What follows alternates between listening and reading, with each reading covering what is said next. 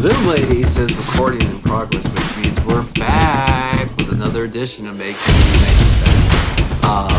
It is Tuesday, September 9th, 2025, year of our Lord. The evenings are cool. Fall is almost here officially. And with that, also a much like a change in season, the continuation of the change in form on the field of Detroit City FC's men's side. Uh, Garrett Comet's here, as always, not alone, joining tonight. The brainchild, architect, engineer of all things majors, Detroit, Adam Hernandez, and the uh, keeper of the pizza mines, architect of the words about shapes, Patreon, lover of all things cats. Send your cat pics, folks. Sean Spence. Gentlemen, good evening. Glad to be doing this again. Ready to get into it? Let's do it. Yeah, Hell yeah. yeah, So we're going to recap talk about the last two matches that took place for Detroit City FC, the one that ended August and the one that took place just a couple of days ago, both at historic Keyworth Stadium. First, and that was the first matchup was on Saturday, August 30th. Both matches against Western Conference opposition. First up was San Antonio FC. And I kind of call this matchup a tale of two halves. A first half that San Antonio FC went into the half with a 1-0 lead. I think it was deserved. Could have maybe been worse at times. But as the second half kicked into that, Detroit City FC found their gear, started getting into control. Stephen Carroll made his first appearance in 2 months coming back from his knee injury with, dare I say, maybe the longest we've seen the man's hair. It's actually a really good look. I think you should keep it. And with that, the city ambition. Free kick outside the box. Both Ryan Williams and Kobe Hernandez Foster stepped up to it. It was Kobe that took the strike, and it was beautiful, right into the corner of the net. And then there was some scrappy play to finish out that match, which I know Sean Spence, you mentioned in one of our chats that you were becoming a fan of. 1-1 the final in that, though, honors even. Let's go then to a couple days ago, Orange County FC's turn to come into town, and kind of an entertaining back and forth.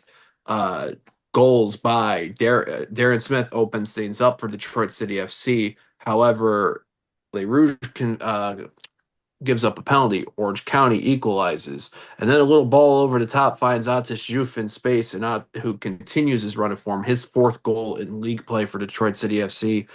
3-1 before the half by way of Haruki Yamazaki keeping the play alive to Jessiel Cedeno. And then Jordan Adebayo Smith late in the second half finds Alex Villanueva. 4-1 the final. Um, Big win for Detroit City FC. They are now 5 consecutive unbeaten in the USL Championship and unbeaten in 7 of their last 8 in league play. So with that now, tied on points with Hartford Athletic, who holds the spot in fifth ahead of them, but they are knocking on the door of the last home playoff spot. So I'm going to hand it to the both Sean and Adam on this because I was at Comerica Park on Saturday, so I've only watched the 8-minute highlight video of Saturday's match. Um, Sean, I feel like autumn, we're entering into fall, and on this horizon, also, what we're seeing is a revamped Detroit City FC men's side.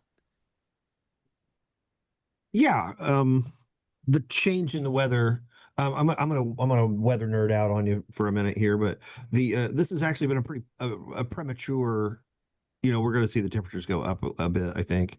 This Yeah. has been a premature cooling trend just because we've had one of those the kind of the Arctic air masses slid down over North America again. And so, that's given us fall-like weather. Even, the last week of August was pretty cold. Um, and so if you're listening to this in the far future and you're like, what are they talking about? It's basically been, like perfect Michigan fall weather for like 2 weeks, and it seems to be going on for indefinitely. Like, wow. So along with that, city's play has sudden, like it has come together, around a few key mid-season acquisitions. Well, two, and um, really flexible and intelligent approach to winning matches. I really felt like we did kind of get dogged against San Antonio a little bit in that first half. And that's a trend in both these games. The opposition has come out, but what we're seeing is they're coming out and they're trying to snatch control of the match from us. Um, in the opening stanzas and like get control.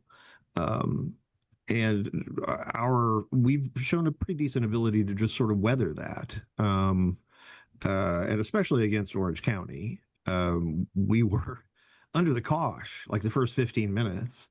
And I was thinking, like, you're already at the point where you're like, okay, well, change something, like we sort of seemed like we were like, this is going to be fine. Like, you know what I'm saying? Like, the players all seemed much more chill with the plan than I was feeling at that moment. Um, but I think the reason for it became pretty clear, which is that, they know these guys can't run like that for very long. And really, as soon as Orange County wasn't like, like as soon as the bump wore off or whatever happened before kickoff, they had that 20-minute burst of like, psychotic energy and it started wearing off and they're like, oh man. And we just like, in that, as that was beginning to happen, they had a mistake that handed the ball to Darren Smith. And here's the point I want to bring up is that, part of it is, you can say, well, that's good fortune, right? We didn't do anything to make that dude fuck up. Like it was a regular ass long ball, and he just sort of like, Jerry Lewis did at the last minute. Like, so, uh, but for Darren, the keeper was pretty sharp in that moment, and Darren had to be sharper, and so he not only finished it first time, but like finished it with some swerve to the back post. Like keeper was in a good position at a good angle, and come out reasonably from the goal, like cut down his angle, but he still, I mean, what a finish. Um, to make it 1-0, and that's you know that's having the quality to meet that moment and make it to turn that bit of fortune, you know make it decisive. um and then the second goal, that was the Ates Juf goal. The um banger. which was just, yeah, I mean, again, the quality, like that flick header from Darren, like, that was absolutely what they were intending to do. He was trying to play Ates in behind. It worked like a charm, and really, he's extremely fast even with the ball, but that defender was doing a pretty decent job. Like I was, as it was unfolding, I thought, this guy's kind of got him locked up, like they're shoulder to shoulder, and he's going to just kind of keep flaring him away from goal, and it's going to be, but instead, he just took one more touch. Like as I'm thinking that, he's like, he shot from like, just outside the area, um, which is a little more audacious, I think, than a lot of guys at our level will be on the break. You know what I mean? Like they'll want to see the keeper come in, and like he was just like, fuck this. Like I'm gonna ding this off the crossbar. He didn't quite ding it off the crossbar, but damn if it wasn't close. Um and you know, all of a sudden it was a rout. You Yeah. know, Orange County are looking around at each other like everybody doing the what the fuck was that? Like expression at each other, you know. And our players are all kind of like, you can tell in the back of their mind they're kind of getting their goal celebration queued up. Like, okay, well, so if it's me, here's what I'm going to do. And four of them gotta do it. So, um, the I will say I thought it was odd.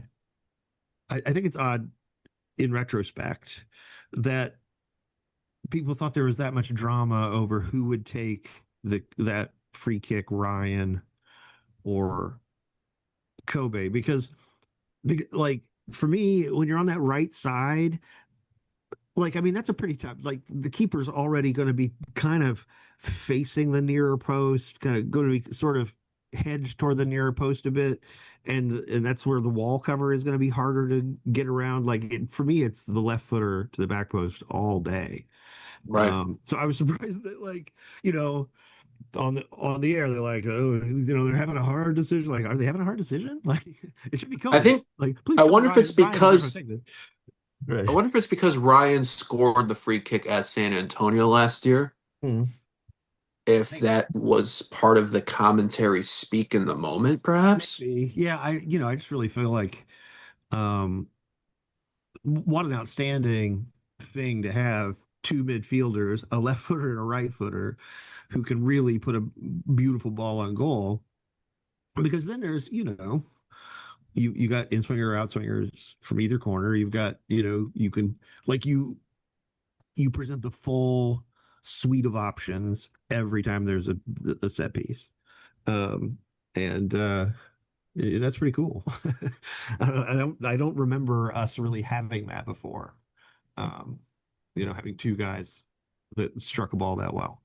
And especially like a right and left foot pair. I mean, that's just wild. Adam, I'm going to cue this up to you because you and I have been chatting about this often in our jokes. We say it jokingly in our convos. I know you put it out online either Saturday night or Sunday on your personal accounts. Um, I picture an alternate reality this season of Detroit City FC in which Atish Youth is starting almost every game. Um, Kobe Hernandez Foster maybe is with this team from the offseason or a Kobe like player in the midfield.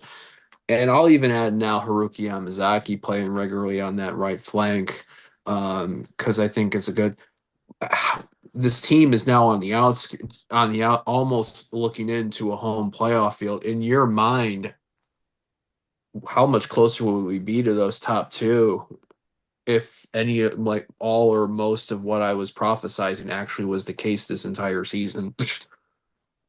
Ironically enough, I'm looking at some of the lineups throughout that what was it, like 2.5, 3 month stretch where they Only won one game. Yeah. yeah, and I think Diouf maybe started one of those matches, and the other matches that he played in, he was either getting like minutes at the back end of the second half, like going in at like the 77th minute or the 80th minute. Some games he wasn't playing at all. I'm looking at the Hartford game, the 2-2, I think this is the Jägermeister Cup game The where he penalty did, win, yes, where he did start in that one. And him and Darren were up top. Yeah. I'm going into Oakland now. He didn't start there, God, I was and pissed about that one.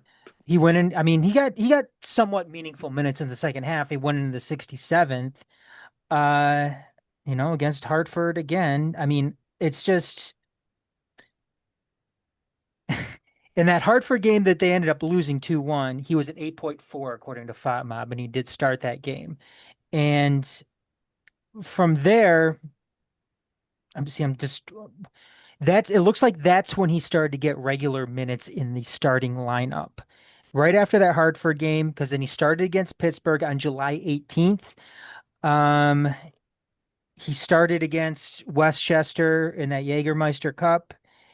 And then we're getting into not that Wrote more recent history where he started becoming a more of a regular fixture in that starting lineup. Now I'm back to August 6th against Rhode Island, where obviously they lost 1-0. And that was the first game that Kobe Hernandez Foster was playing for City as well.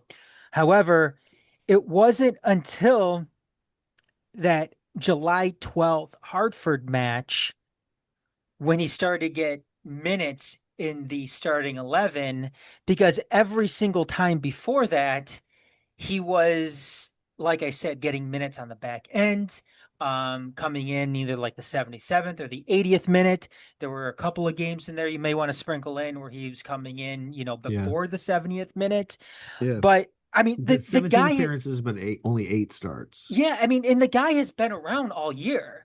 And Right. the most frustrating thing about all of this with Dioff is when they got him on that loan deal from Lexington in the offseason, it's not like he was some unknown guy. There were tons of people who were excited about getting Dioff here. Oh yeah. About the pace, about his ability up top, what he could do with the ball. Something that, the team hasn't had, you know, somebody do effectively since I mean in USL. Openo? Openo, yeah. Hopino, yeah, Hopino. Even before that, Jean-Claude Lawson. I mean, Kisiedu was another guy that looked really good for them, but he was only here for what, a cup of coffee, and that was Yeah, it was it. like five Um, matches or something. I, yeah, He you came, he fucked know, shit up, and he left in a good and way. I just and it's frustrating looking back at this and and thinking about like what you were saying, Garrett. Where would the team be right now if he was featured earlier in the season? I mean, would they? I mean, in hindsight, it's easy to say, but I mean, would they be where they were at? For the 2.5, 3 month stretch they were in, where they were, the worst DCFC professional side without a doubt that we have ever seen, where they've churned out matches that were maybe the worst offensively that we have ever seen. I mean, it's frustrating. It's nice that he's contributing now and they're winning now. But again, I mean, it's shit like this that could come back to haunt you because it's not over yet in the East. nope. And I just it's frustrating to think about. I mean, it's those 2.5 month stretch of missed opportunities with this squad right now. And everybody's happy go lucky because they're winning games. But it's frustrating to think about where they could be right now if you put their best players out there, if they put their best players out there instead of sitting out there fucking around with, this lineup and that lineup. And I don't know. Like I said, it's frustrating. I Sorry, also Sean, go think ahead. too. I also think too. Now you have consistency in other Yes. positions. Carlos Saldana is now reestablished himself as the number one keeper on this team. We mentioned Yamazaki on the right flank. Stephen Carroll, who I think now back and healthy. I think we're back to Bryant, Carroll, Almumensa, and I think that's and I know like that seems to be we were thinking more it was going to be Shane Wheat at the beginning of the season, but I think with now this team seems to be shifting now, being able to go from that back three to a back four, leaning into a 4-4-2 late. I think Sean, you mentioned this too in your article on the weekend to kind of like see a game out now.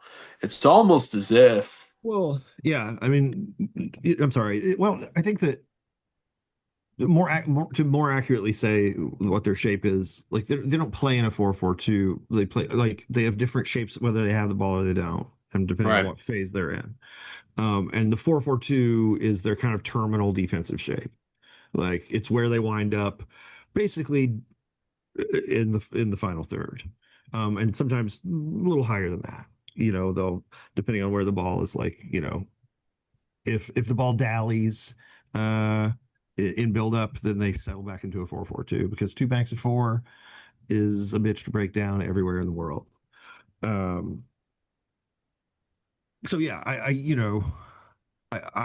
think that that's one of the things that's one of the nuances I think that players and managers constantly hold over people who are not in the game is that we tend to talk about a formation and I think a lot basically when we talk about that we know that we're talking about a fluid set of whatever um and that there will be different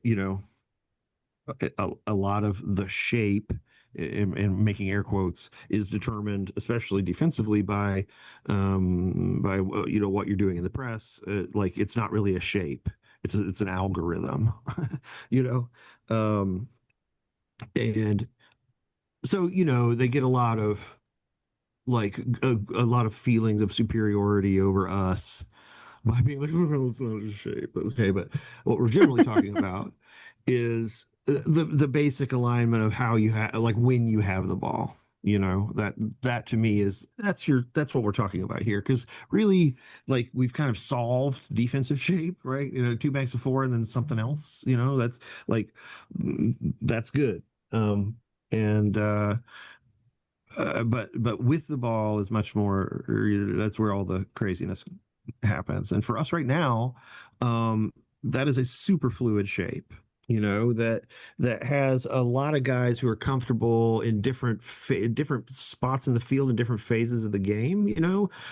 So like really seeing Michael and Devin let their freak flag fly on offense. They're not going at the same time, but one of them on extended possession is reliably getting up in there, carrying the Yeah. ball forward into space or whatever.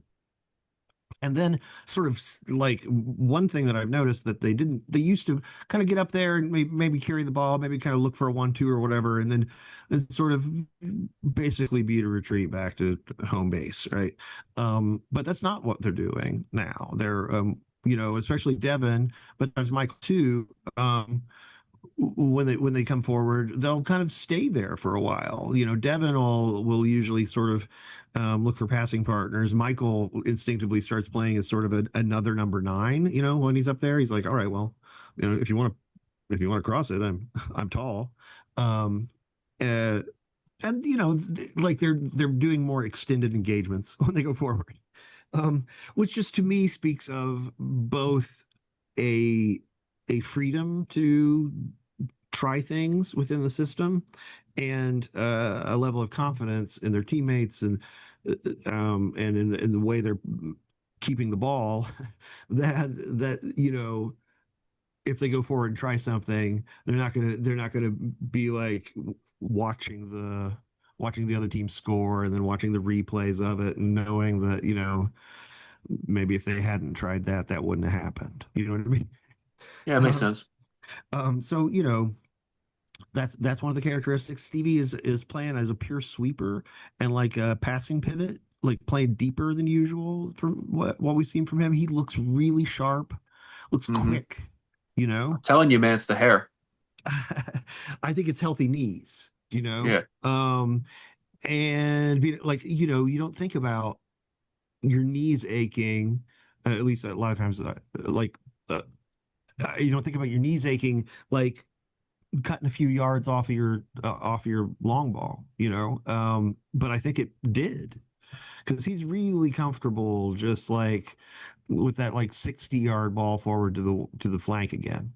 And it's usually on the money. Like that was the thing in 2017 when he was first here that like really drew the eye. I was like, wow, this guy can pass, and we had a really good inside left that year, an All American as it turns out, and so Stevie could skip all of the craziness and just go uh, to Tyrone Mondi, um, and it's a little bit more difficult against professional defenses. They're pretty quick. But I don't know, it's just great to see him back. And that that trio has really solidified, I think, into like knowing each other's like proclivities and tendencies, like the amount of scrambling that we had to do when Orange City was on top at the beginning of the match was kind of impressive. But like the other thing that I noticed kind of right away was that it never felt like desperate or struggly. It's like everybody just kind of like, okay, this is the next thing. Okay, this is the next thing. Now we block that. Now we do this. Stevie headed that one off the line. Everybody's like, yep, okay, Stevie had rotated back to where he should be because like Carlos had stepped out. like, um, it just seemed very kind of matter of fact and calm. Even though they were kind of. It looked like, oh man, we're gonna get battered here. For a few minutes, and um, and then the whole thing turned around, and that kind of recontextualized that into like, well, they knew what was coming, but they didn't know. They were just confident that like they're like, oh, we got this. It's going to take something freaky for them to score.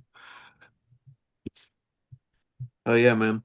Um, so we got, I think so far, when I'm thinking back to our predictions of the last two matches, um, I nailed draw and win. Adam, you did the loss to San Antonio, but the win versus Orange County, if I recall right.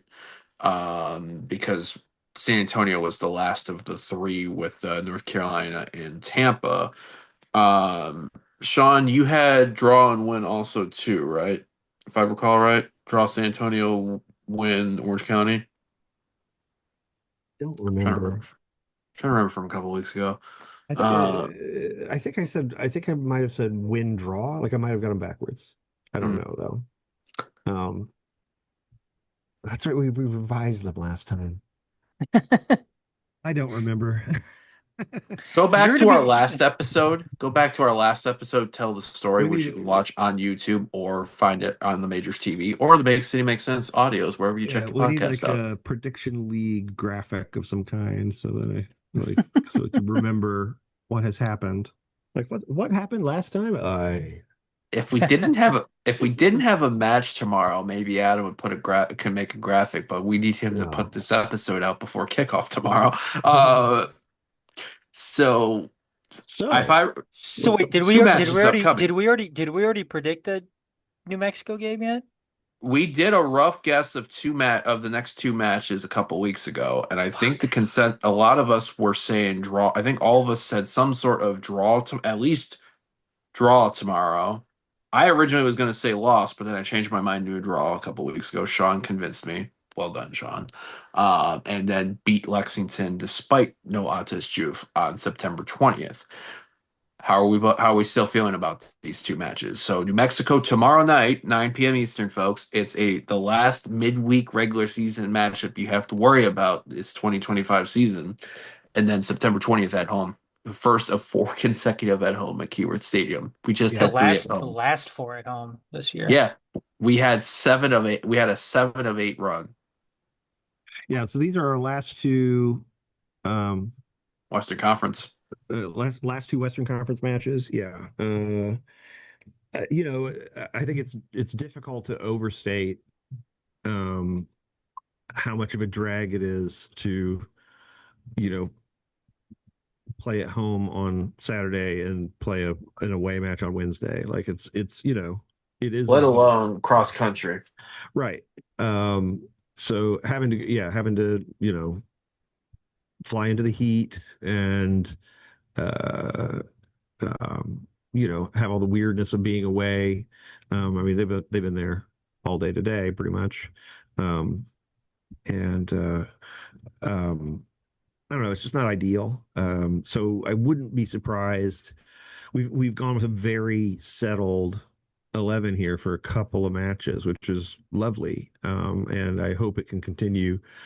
Um, but it's possible. I'm guessing that, like Ate said, quite a bit of cramping um, over the course of over the end of that match, and finally was subbed to keep him from cramping further. So I wouldn't be surprised if Maureen Lilla Mo, the head trainer, is like, you know, he could. It'd be better if he just went 30 minutes. You know what I mean? Yeah. And um, yeah, it's really the last time, potentially before, like, depending how the playoffs set up, the last time we'll need to rotate like all season. It's gonna from here on out. It's just Saturday nights, um, and you got a weekend off after this, so that's nice. Um, No city football on a Saturday in September. it's weird, yeah, Yeah. but it really sets up. I think I'm guessing that what they're going to do is um, come home after this match and have uh, you know a couple days off. Like basically say, okay, everyone's dismissed. We'll meet here, Sunday morning and have breakfast, and everybody will get go through the physio stuff, make sure that no one's hurt, and like pick it up, um, for like the home stretch, which is, 4 matches in a row, 3 of them against the Eastern Conference opponents, and then 2 matches against, Eastern Conference opponents on the road down the stretch. And, the Eastern Conference is a dog pile right now. Um, Hmm. like, I mean, Charleston and Lou City, like they're off in space, right? They've defeated the rest of us. Like, great job, guys. We are defeated. Third through sixth, on the other hand, though. Yeah, 3 through 6 is crazy town. 3 through 7 is crazy town. Um, Loudown is 37 points in third. Pittsburgh is 31 points in seventh, which is 1 point below us and Hartford, who are ahead of us on goal difference in Yeah, fifth. Hartford Athletic, who were in bottom for a lot of the year, have gone on a heater like we haven't seen, and are in fifth place. It's interesting. They added of course, as I start talking about him, his name leaves my mind. Just a second. I want to Oh, Haji Berry. Haji Berry. They added Haji Berry, but the dude is not young. Nope. He's like almost 33. And it's They been sold their best striker for great money and a great sell-on fee too, and have continued the form. That's another impressive thing for them. here's my theory. Um, is that I think Haji Berry is going to screw things up more than he's going to help. Um, because he's coming back to the place where he last dominated, and it's been a couple years, and the year, going from when you're just turned 30 and you leave a league and you come back at the end of 32, like your body's gone through some shit in there. You know what Yeah. I'm saying? Like, I think it's going to be hard for him. And I think I don't, it'll be interesting to see if he has enough humility to be like, okay, well, I'm not like these guys are playing well together and I'm not adding to that. It's fine. Um uh and is willing to not be disruptive. Um if it's not working out. So that's my theory there. That's which is neither here nor there. We are playing extremely well, and I think that it is difficult to see us. Um, we're not going to struggle for a playoff spot this year. I don't think. Um, you Six know, points from eighth and right? 8 points ahead of the team looking outside of eighth right We're now. we're 8 points ahead of Rhode Island, who are the ninth place team. We 10 ahead are of Legion. right. We're only 5 points behind Loudown in third. So, and I think we've gone from mostly like losing and drawing to drawing and winning. We've kind of like shifted up our performances, and I don't see any reason why, without absent like injuries, um, which obviously can derail any team. Uh, that why we don't finish in the top five. But it is tough. Like it's possible that we could, that everybody in this group plays really well. I could see Loudown um winding up sixth, um, and be like, darn, after having such a good start to the season. But I mean, these teams are pretty legit. North Carolina is a point ahead of us and has a game in hand. Um, so this isn't baby games. Like everybody's trying, everybody's getting paid. We got to keep playing really well. The good news is we've been playing really well, so um, that shouldn't be impossible to continue. The last five after the Western Conference teams for Detroit City FC Louisville City, North Carolina, Loudoun, all at home, Charleston, Tampa Bay away. So you got a lot of head-to-heads that this team can cement their status or Yeah, determine their status depending on how they do in these matchups. yeah. It's Uh, it's worth noted, or it's worth mentioning that of our last five matches, four of them are the top four teams in the Eastern Conference Yep. right now. Louisville, Charleston, Loudoun, North Carolina. That's the one, two, three, four. So we're playing all of them down the stretch, and then we're also playing the Rowdies, who looked like they were going to come to life and have resumed their progress toward death over the last few matches. Uh, so yeah, I mean, So not only that too. I mean, you're playing two teams in the West. I mean, you just got finished with Orange County, who's outside the playoff bubble here, but these next two Western Conference teams are very, very much in the playoff conference. I mean, Lexington's a home playoff team in the the West. yeah, I mean uh, the West is also tight too, but um, I mean, Lexington and New Mexico are sitting at 31 and 30 points, or 31 points and 30 points respectively, um, and are. I mean, like I said, I mean, Orange County is 20 at 28 points right now, sitting in ninth. So things are just as tight, but still, I mean, you've got Lexington and you've got New Mexico. Lexington is, has a, pretty good run of form. They have a bad blemish, with a 1-0 loss to Las Vegas back on August 30th. Um, while New Mexico is I mean, they lost to Sacramento back on August 30th. They're coming off a win against San Sacramento's good. Antonio. Um, I mean, they haven't been in the best run. I mean, actually, they've been pretty awful Yeah, the past couple months as well. But still, I mean, you've got a team that is, also trying to make a playoff push as well. And just like City, who are finally starting to wake up this season, you've got to bet that New Mexico is looking at this game the same way. Like, hey, we only have a few more chances here. And Detroit City FC is in the same boat as us. I mean, they're not world beaters.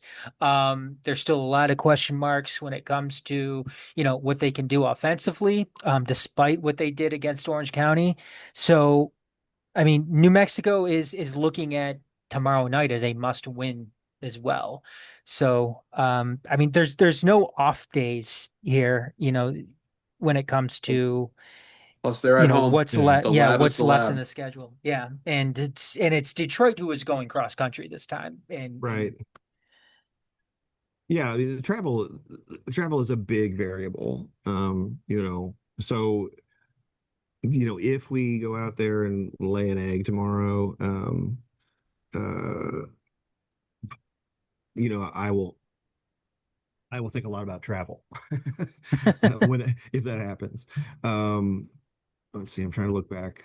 Okay, so yeah, it was Rhode Island was Kobe's first match with us, a Wednesday match away. I think he'd been with the team like 2 days. So for me, this the city has massively evolved its 11 and its approach, in my view, since that desolate period. There's a lot of the same guys, but I mean, the key addition was Kobe, who allowed us to play regular football again and possess the ball and not, live in a state of like, did I shit myself?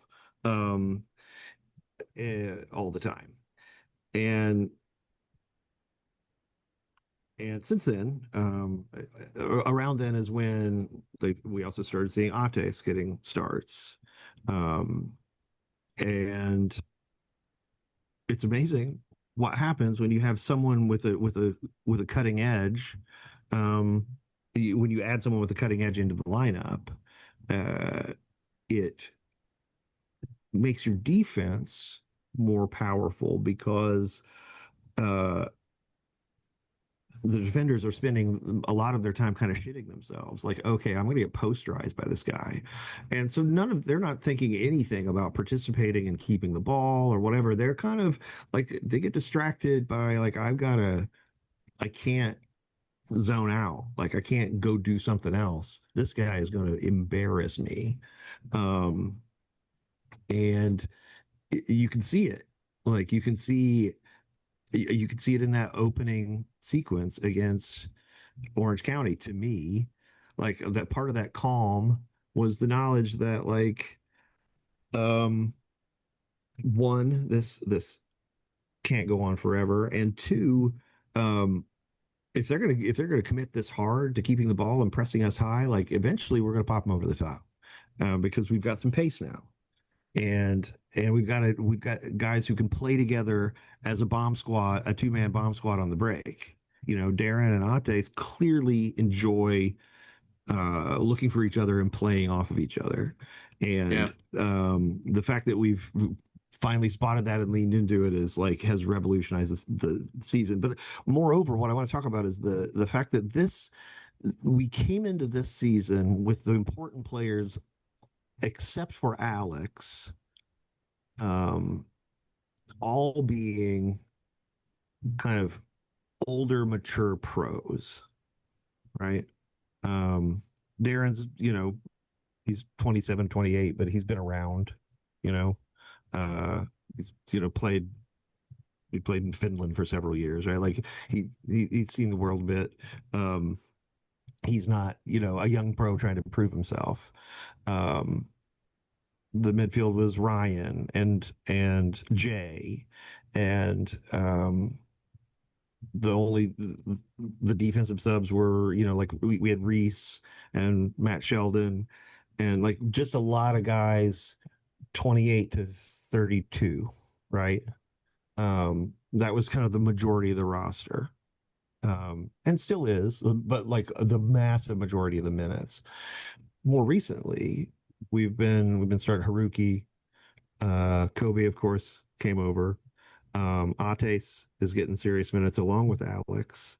Um, and that changes the whole like dynamic of the squad. You've got half of the 11 are now guys that are, Sub 22 to 20, 25. 22 to 24.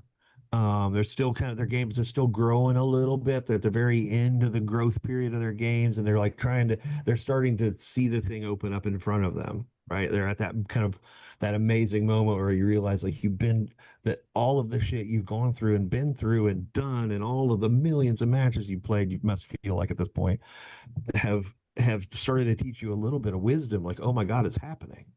Um, and that is the exciting part of everyone's career. And it's a thing we just haven't seen a lot of um, since the team have turned pro. It's been, we except for when the Nisa guys came on that first year, which was just like scrappy underdog, um, Rudy, but soccer. Um, and to now, this is a very different vibe, and it's a great vibe. And the only thing I would say is that it is notoriously difficult to win things with kids, right? Not because they're feckless or whatever, but because they tend to be inconsistent. Games are up and down more than a more experienced pro. I don't know how much of a concern that is with these guys, because these are all very young but pretty experienced guys. Um, even Haruki played most of the year in League One last year. Uh, everybody's got a year or two of being a professional under their belt. Um, and so I'm incredibly uh, optimistic about the turn that the 11 has taken in the last month and a half. And hope that um, if these guys' games drop a little, if Ates, um, has one of those games where he gets 5 shots but can't put one on goal, or Kobe is kind of off the boil a little bit, and can't quite boss stuff the way he has so far.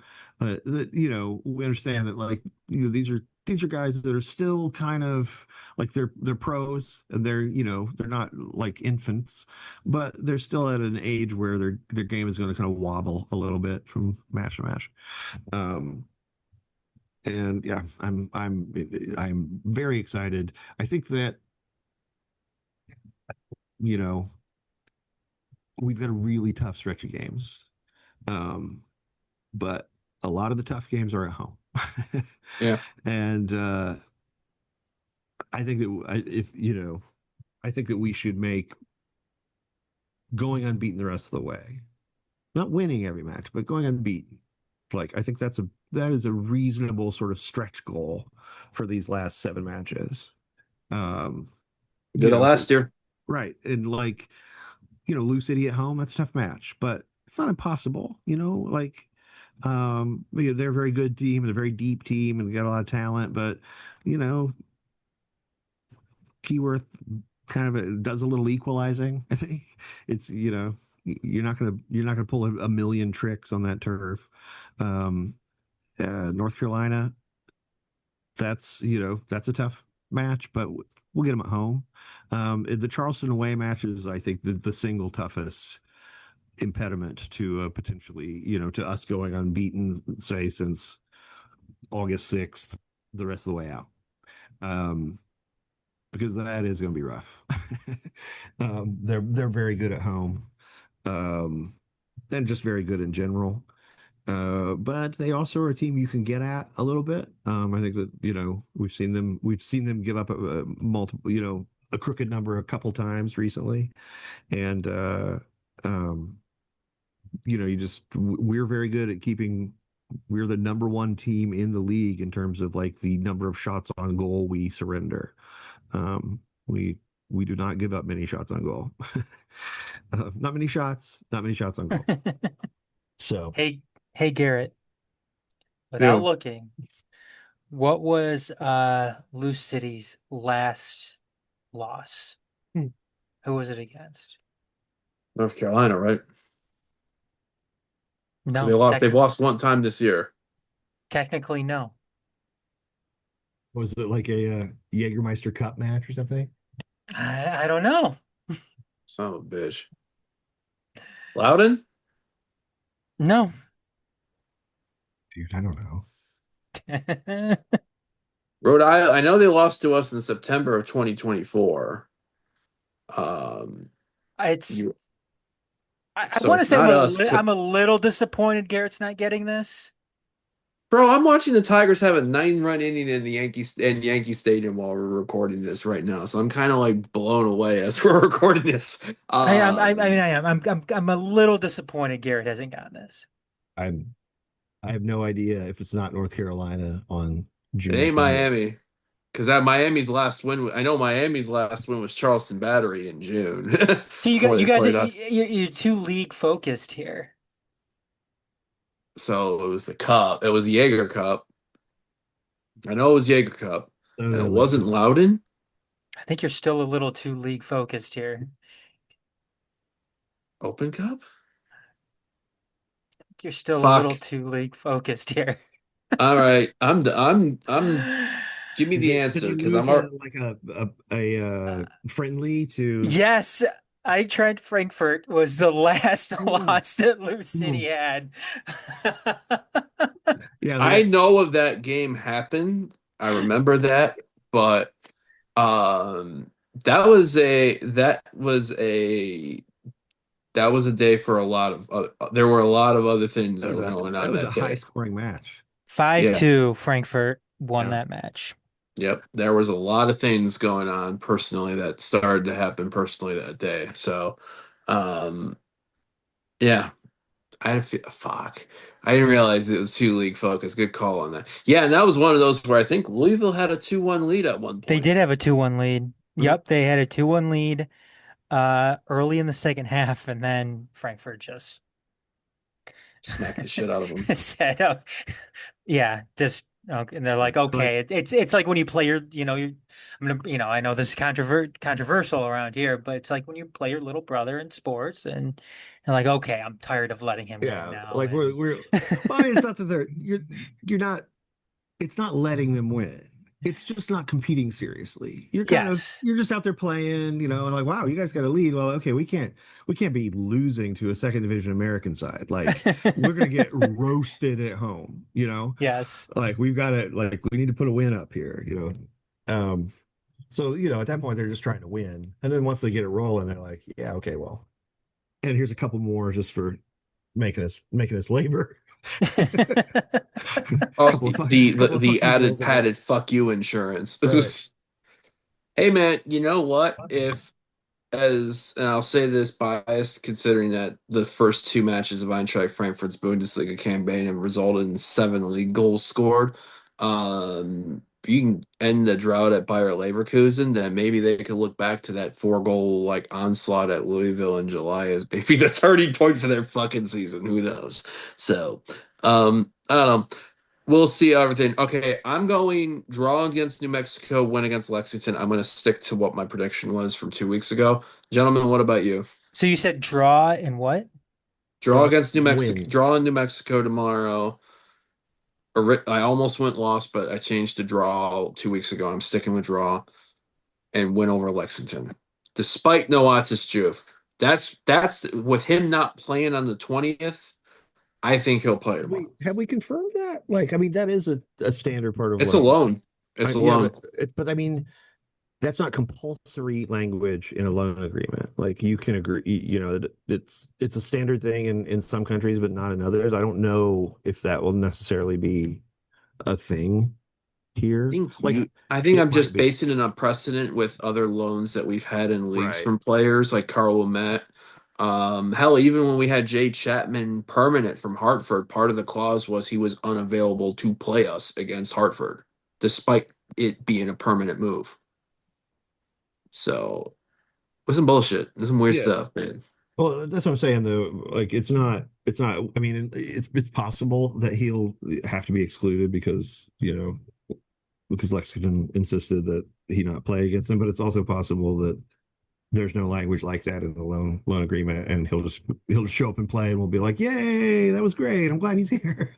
If anyone that knows this answer is listening to this podcast or watching this podcast on YouTube, please reach out to us. Yeah, Let us know we of would the love to error of know. our ways. We would What love. happens if Lexington recalls the loan right before the Ah, Lexington You match? motherfucker. well, okay, so I think in the Rosters are frozen, dude. yeah, Rosters roster, I froze think late I think yesterday. in the like the larger context for this, I believe I'm not 100% on this, but this is just all from memory, so memory.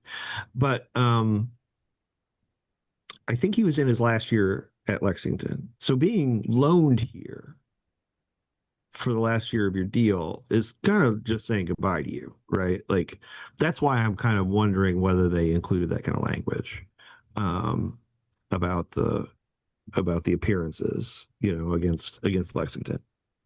He And plays against the Lexington and scores a impression, hat trick. yeah, the impression I get is that at some level in the organization they kind of decided like he was surplus to requirements. They were coming up to big boy soccer in the championship from League One, and he was good for League One, but they didn't think he rated at the championship level. And that's they went and got other guys and told him, Marcus Epps. right, they told him, we're probably not gonna have a lot of meds for you, and here's what we want to do. And so I mean, what I'm saying is like we don't know what's going on there, and I don't think it's possible that like we already have an agreement sort of in principle to sign him next year. It's also possible that he felt alienated by not getting any playing time until the end of summer, and is going to ball out here and then let the dollars do the talking in the off season. Um, because you'd have to say right now on his current form, he's getting a lot more expensive than he was 2 months ago. Hmm. Um, so for According me, according okay, to sorry. well, Go ahead. again, I don't know. I mean, I'm looking at transfer mark right now, and it says Right. contract expires November 30th, 2025. But that could very well just be the loan contract to Yeah, yeah. Detroit City. Because I mean, I don't know, I've heard different things when it comes to Dioff and uh the price tag for him going up, um, given how well he's doing right now. Right. I mean, what I'm hoping is that if the price tag is going up for him, that what is happening is he's about to be a free agent, and so he's going to make more money. Not Yeah. that Lexington is saying, well, now you need to give us some money to keep him. Thank you for keeping him, keeping his spirits high and keeping his game developing. We'll take him back now. Um, Yoink. yeah. I mean, they wouldn't like if he's signed there through next year, then yeah, this is just a loan, and he's gonna probably come back unless we come in for him. But I have a feeling that this is the end of his. I think he played 2 years in Lexington. I think 3-year deals are pretty normal in the USL. So this would be the end of his original deal. Yep. All right. I got draw and win. What about you, Sean? I think we're gonna win both of these. I'm upgrading my previous draw prediction to a win against New Mexico. Goddamn. Because well, I watched New Mexico's last match, and I was not blown away by what I saw. Now they won, and it was against San Antonio. Um, but I also wasn't blown away by San Antonio. Like it feels like, in a certain way, San Antonio came out and kind of bamboozled us, and then we solved them and really dominated that match. And that I felt like I left feeling like we were unlucky not to win. And they Uh, haven't recovered since we solved them. right. And that, yeah, they're just kind of like, you know, it doesn't feel good to them. um, and uh, I don't know. I feel like I was not impressed with what I saw from New Mexico. I think they're all right, but I think on They've current lost three form, at home too. So right. the And so they the have lab been is on, not a fortress as much as it used to be. right. I mean, they won against San Antonio, but that was at San Antonio. I mean, their last, let's see, they lost against Sacramento at home. They drew against Las Vegas at home. Ooh, they lost against Charleston, which, Charleston's good.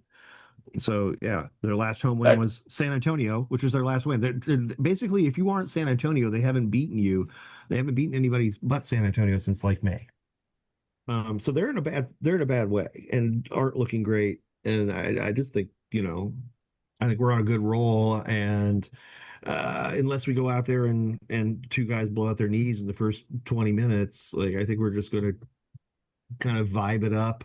And the thing about this offensive outburst is really like once we put a couple goals up, you could be pretty confident we're going to win that game, you know.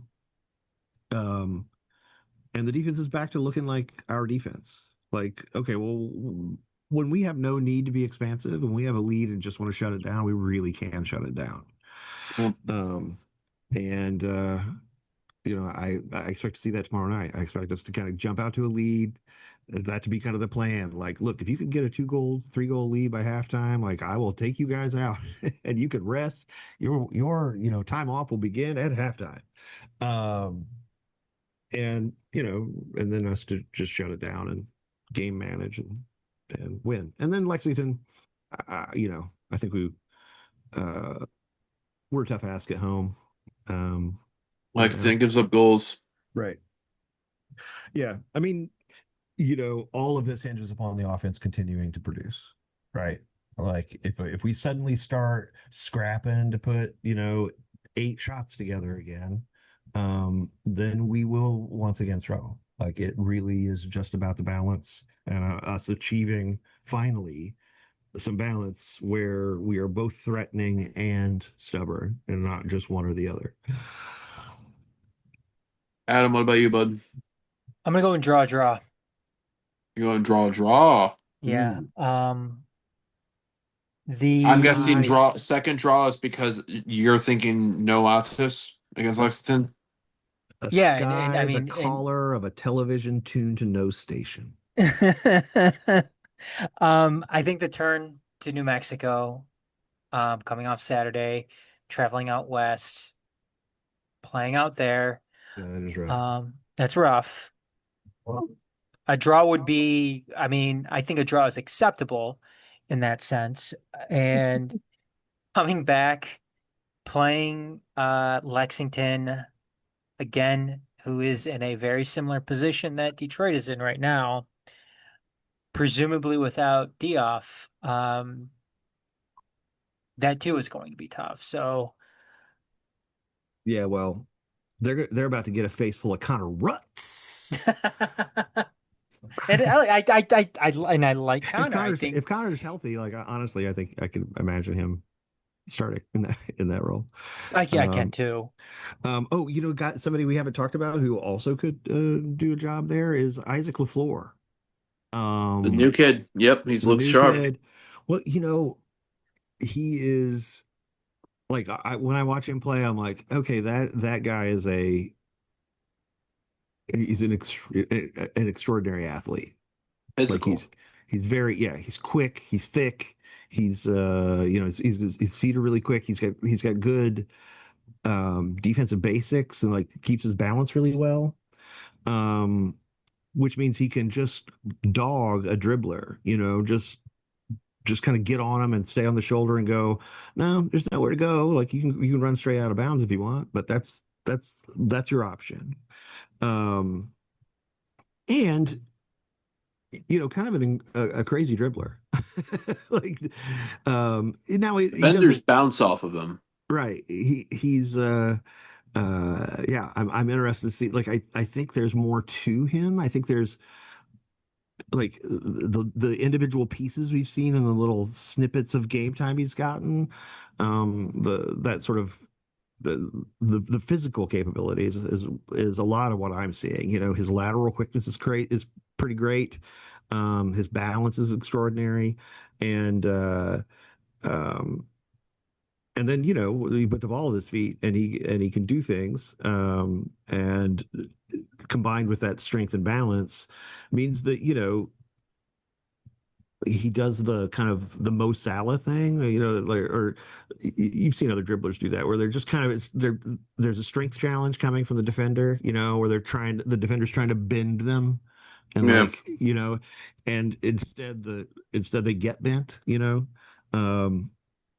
or it's like kind of just keep the ball and keep moving and sort of establish sort of dominance over your personal area, and We've seen Haruki Yamazaki actually do that a couple yeah, times this year yeah. too. Haruki, like, you know, like he, I don't want to play into stereotypes.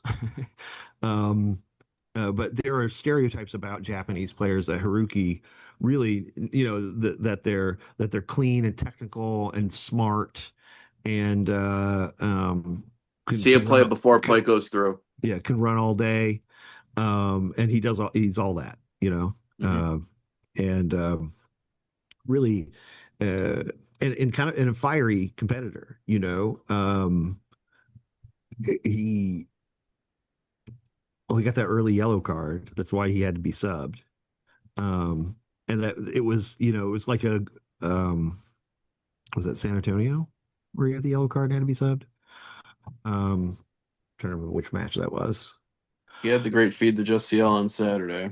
Kept the play alive. Yeah, yeah, I mean that was I'm talking about the yellow card was for kind of persistent infringement, which was him like kind of prosecuting his half of um a beef during the match, and it was kind of wild to watch. Like, oh yeah, it was against Orange County, um, where you know he was in there.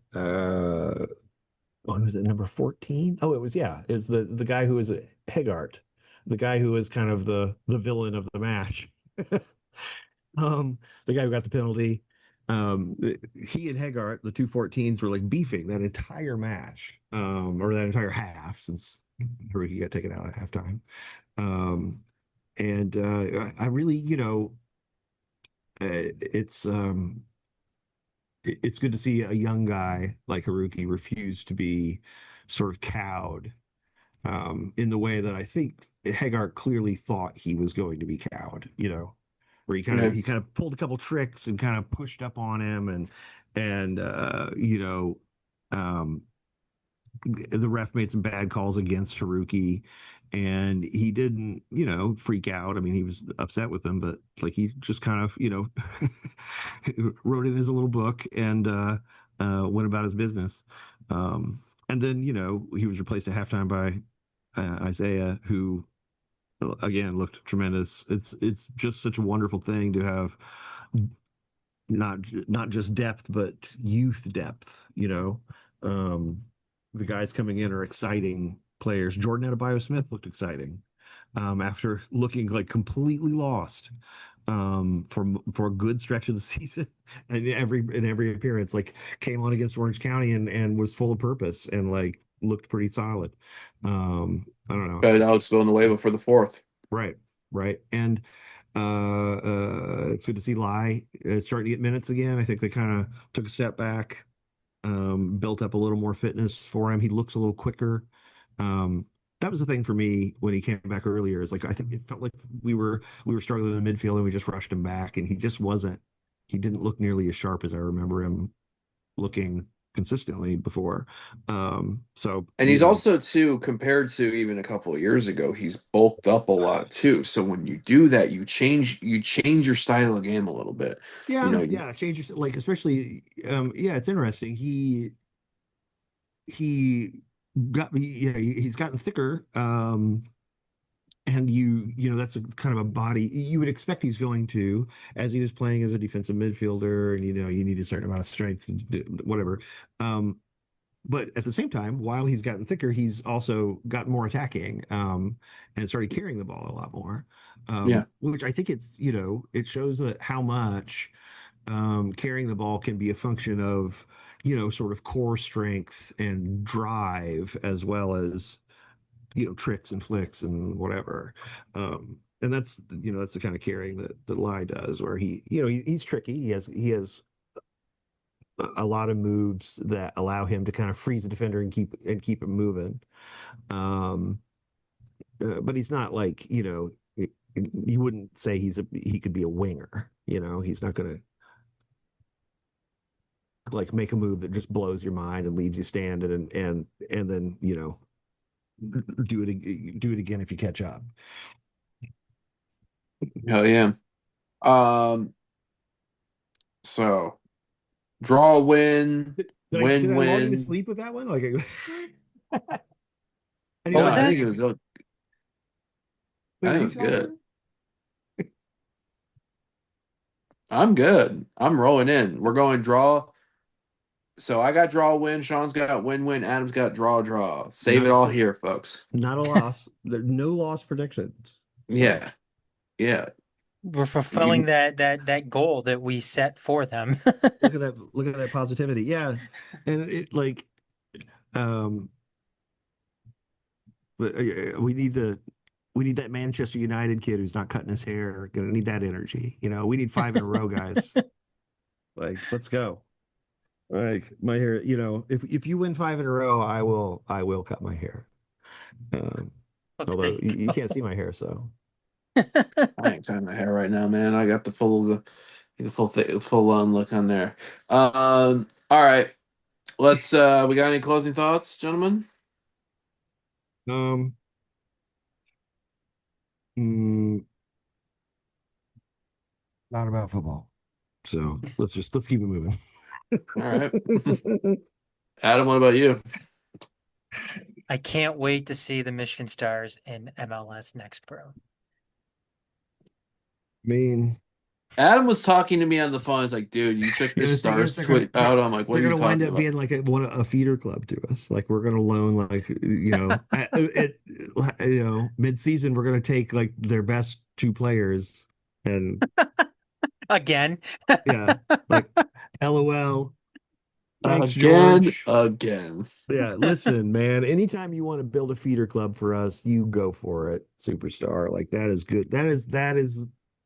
That's a good level. I like that. Speaking of Michigan Stars, It's one thing, insult to injury is they're arguably their best player doesn't even play with us right now. So, Ooh, good call. Good call there. I Uh, mean, which, anyways, go ahead, Garrett. I'm sorry. Speaking of Michigan Stars to an extent, Channel 451's Jaime Pedro Ventura reached out to me because he stopped by an institution that is nearby where Michigan Stars play in Romeo, and that is Torrete's Mexican Restaurant on Old 29 Mile near Old Van Dyke. And he goes and reminded me that it did not disappoint. So again, folks, if you have to go out to that area, This is an unsolicited testimonial. Yes. yeah. Where's that Uh, Torrete's money at? Dude, Yeah. I'm bringing that over. I carrying that Yeah. callback over from 451 to Make City Da, Makes da, Sense. da. Garrett's cashing those checks, baby. Yeah. Ding, ding, ding, ding, ding. Yeah, they pay him in Yeah. bottomless tortilla chips and Yeah. salsa. Yeah. Give me Exactly. I'm making it rain tortilla chips. huevos rancheros the next time I'm there, folks. Um, Mm. but yeah, I prefer um, shakshuka. ooh, actually sounds pretty good. It is good. Uh, Now I want it. It's 10 p.m. I don't want shakshuka. Stop it, brain. um, I think just my thing is just it's we've been talking about what's been a good run of form on the field this last month or so. So I just suppose just if you got any good going on in your lives, folk, make the most of it. Cherish it, take it all in. One day at a time and as it all comes. That's kind of like my little fun vibes to keep it going on there. So what makes Sean Spence's world happy? Cat picks. Sean Spence, where should they send the cat picks to? Um, just post them anywhere on the internet, and I will feel their presence and go and seek them out. Or you can send them to Shield Chafing on many platforms. SCYLD, yeah, that's me. Hell yeah. Yeah, yeah. I think I might be Ion Provisioner on Steam. So Oh, you're on that's my Steam too? that's my other name I use. It's okay. So I was reading, I went through a period in the 90s, like a lot of people my age did, like a lot of guys I knew, where I read everything Philip K. Dick had ever written. And he had an alter ego, like a character, an author insert character that uh, named Horse Lover Fat, which is a kind of weird translation of his names from Greek. Um, and so I did the same thing with like uh, Sean is just a John. There's every language it seems has a John variant.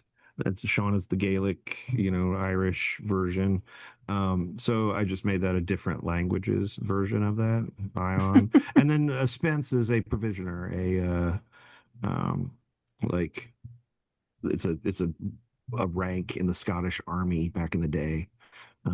So Ion Spence. provisioner.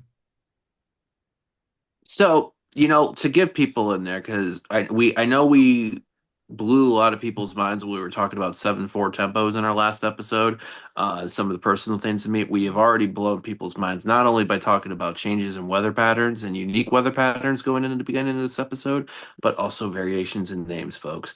We entertain you and educate you, not just on soccer, Yeah. folks, but on a lot of things in life. They say there's a thing in Portland. They say keep Portland weird. I just want to expand that idea beyond Portland. Like I just kind of want to keep the world weird. Hmm. There's a lot of regularizing pressures in the world, and I like to ignore those. Hell yeah, brother. Uh, Adam, Garrett. where can Oh. folks check your stuff out and and your stuff? Mm. The peak of my Uh, eyes. Detroit at themajorsports.com is the website. YouTube.com/Majors TV is the YouTube. At TMSNX Detroit is the socials. And find us on any major podcasting platform. YouTube, Spotify, Apple Podcasts. Like, subscribe, and leave a review. Oh, and you can find me at TMSNX Adam. Hell Social yeah. media. You guys hear Pony just telling me it's treat time? Well, we are a few minutes away from our absolute hard out time, so you can find me on Twitter, Instagram, Discord at GM Comets, on Blue Sky at GM Comets, bsky.social. Be sure to also hit that like and subscribe for channel 451 on YouTube and 451 BET. Yes. Are they? I think they're doing another ep this week. I like I'm tomorrow. gonna I like to I'm gonna picture tell everyone you. living together, all the 451 guys living together in a big like creator house, like Oh my God, that would you're all be. streaming from it looks like different houses, but it's just the way you've set up your different bedrooms. Um I'm and gonna yeah, So yeah, that's it for another episode. Make City, Make we're done. Spence. You can Uh, stop now. So you can stop listening. thanks for checking it out. Until next time, see ya. Hell yeah, brother. Yeah. Caw. Oh my God.